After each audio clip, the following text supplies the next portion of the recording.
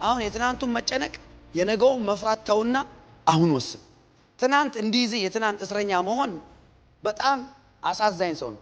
በትዝታ ታስሮ ያለ ሰው ማለት ነው። አሁን በጣም የሚያሳዝነኝ አንድ ነገር ልንገራት። ድሮ ማገለግል እዚህ ነበር እንደዚህ ነበር ብለው ስለ ድሮ ይነግሩኛል ሰዎች። ደስ ይለኛል፣ እግዚአብሔር ይባርካል።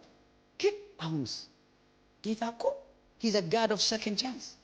የምህረት አምላክ አንዴ የምናገለግለው አሁንስ ትናንትና አልለይም ጌታ ሆይ ያለው ጴጥሮስ፣ ጆሮ የቆረጠው ጴጥሮስ በሞት ኖ ያለው ያ ጴጥሮስ የሆነ ቀን ግን ኢየሱስን ካደው። ትዝ ይላችሁ 3 ጊዜ በገረድ ፊት ካደ።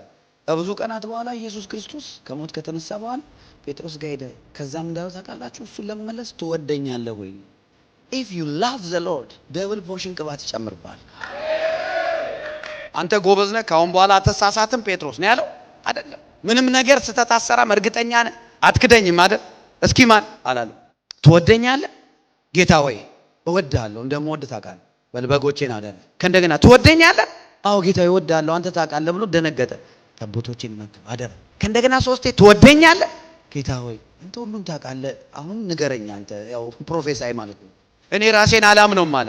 እቺን ነው የምፈልግ፣ ራሴን አላምነው። ስንት ጊዜ አላረገውም ያልከውን ነገር ምለህ አርጋል፣ አልነካውም ያልሽውን ነገር ምለሽ ነክተሻል። አንተ ታውቃለህ ሲለው በቃ ግልገሎችን እንካ አላቀውም ዞር በይ ከዚህ ብሎ የካደውን የሁሉም ሐዋርያት አለቃ ቤተክርስቲያንን መሰረታለሁ የበጋህነም ደጆች አይቋቋሟትም ያለው ለጴጥሮስ ቃሉን አይቀይርም። ደከምክ ብሎ ቃልን አይቀይርም።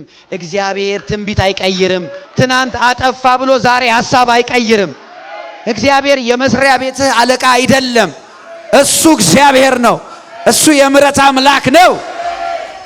በኩነኔ በጭንቀት በመታሰር መንፈስ የሚቀመጥ ስንት ሰው አለ የሚያሳዝን። do you love the Lord? that's enough